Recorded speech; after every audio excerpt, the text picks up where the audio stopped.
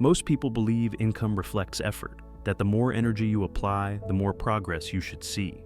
This belief feels fair, almost natural. It is repeated often enough that it begins to feel like a rule. But the system you live inside does not reward effort in the way you've been taught to expect. It rewards something quieter, something far more useful to its own stability. This episode is about why you are paid to stay where you are, the question no one asks.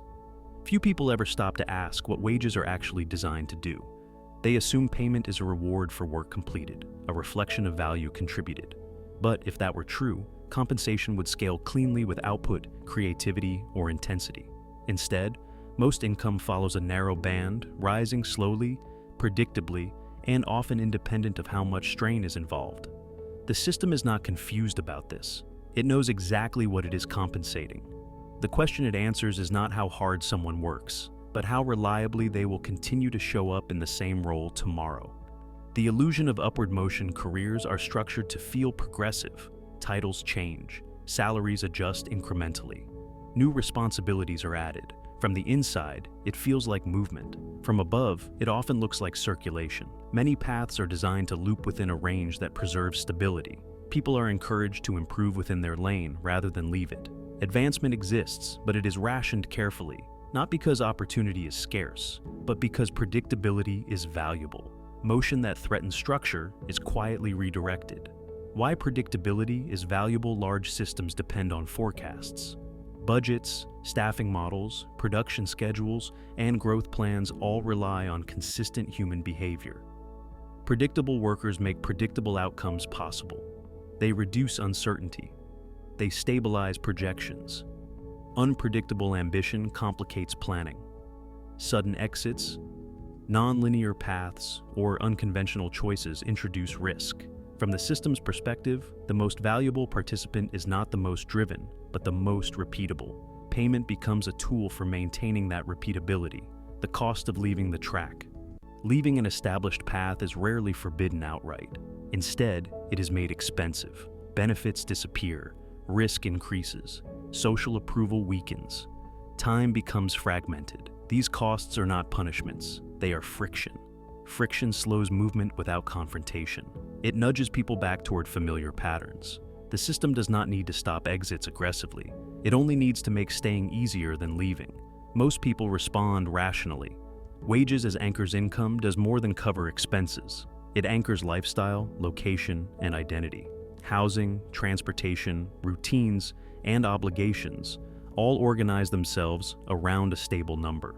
Over time, that number becomes a reference point for what feels possible. This anchoring effect limits deviation.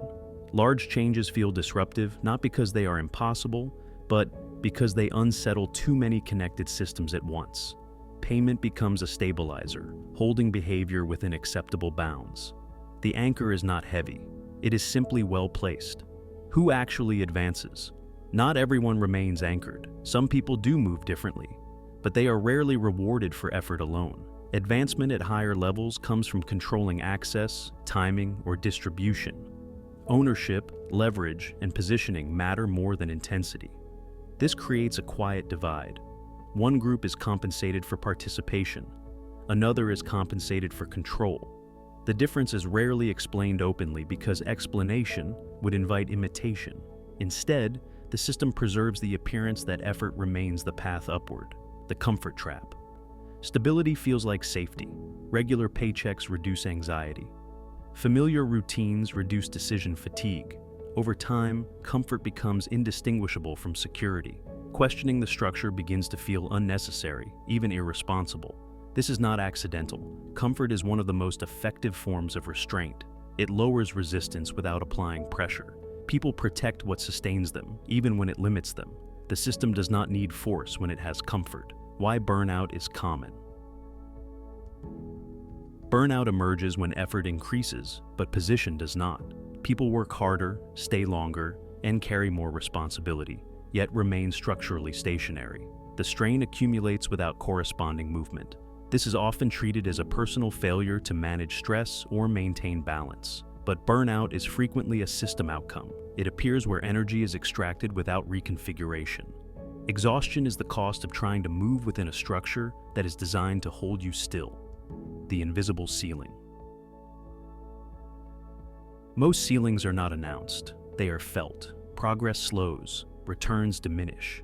Additional effort yields marginal change. There is no clear barrier to push against, only a gradual flattening of outcomes. This ambiguity keeps people engaged. If the limit were visible, resistance would follow. By keeping it subtle, the system maintains participation. People blame themselves rather than the structure. The ceiling remains intact because it is difficult to locate. What staying costs? Stability is not free. It is exchanged for optionality, flexibility, and time. These costs are rarely itemized, but they accumulate quietly. Years pass, choices narrow, momentum hardens. This is not an argument against participation. It is an explanation of its design.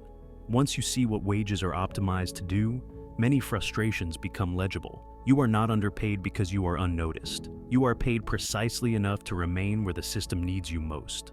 This is another layer of the invisible economy. It does not demand obedience, it incentivizes stillness. And once understood, it changes how progress, effort, and reward are interpreted forever.